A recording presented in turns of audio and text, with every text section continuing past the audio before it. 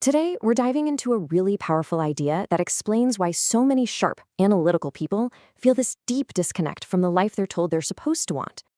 So let me ask you this. Have you ever had that nagging feeling?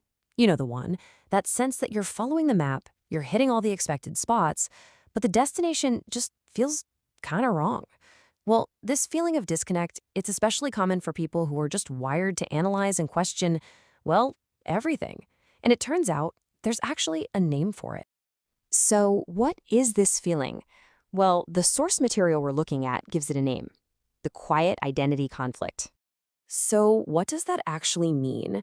It's basically that internal friction you feel when the life that society expects you to live, the career ladder, the milestones, the goals, just doesn't match up with your analytical brain and what you truly value deep down.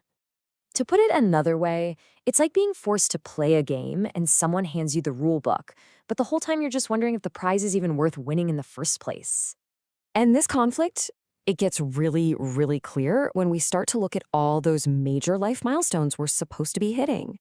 So on this slide, you can really see the two competing mindsets, right? On one side, you have the traditional script. It's all very linear: get the job, get the promotion, buy the house.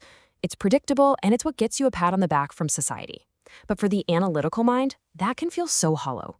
The real drive isn't for status, it's for an intellectual challenge. It's not about getting a round of applause, it's about satisfying your own internal curiosity. And when those two mindsets clash, those big milestones just end up feeling, well, meaningless. So, naturally, this leads to a really crucial question. If that pre-written script feels so wrong, what does that say about you? And that's a heavy question, isn't it? When you're not following the same map as everyone else, it is so easy to feel like you're the one who's completely lost. But this right here is where we need a huge shift in perspective. And the core idea here offers such a powerful reframe. It starts by telling you that this feeling, it's not a sign that you failed or that you took a wrong turn at all. The main takeaway is this: you aren't lost. You are simply navigating life without a script. It's a different way to live, and honestly, it's way more challenging. You're basically a pioneer forging your own path. Think about that for a second. You're not just some actor on a stage reciting somebody else's lines. No, you are the author, holding a pen with a totally blank page in front of you. And suddenly, being lost starts to feel a whole lot more like freedom. Okay, so this is the crucial part. If you're the author, how do you actually start writing? How do you embrace this unscripted life and start building your own map? Well, that's where your intellectual blueprint comes into play. So, how do you build your own map? It starts with a few key things. First, you have to question the milestones that society just hands you. Really ask yourself, is this actually important to me? Second, you get to define your own metrics for what success looks like. Maybe it's not about the salary. Maybe it's about the skills you're learning.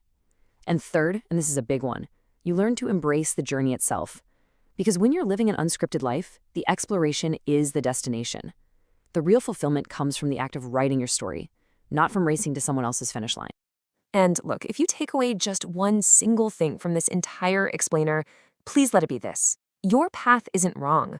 It's not a mistake or some weird deviation. It is simply, and I think beautifully, unwritten. And you're the one holding the pen. So I'll just leave you with this final thought. You're the author. The only question left is, what are you going to write in your next chapter? Thanks for exploring this with me.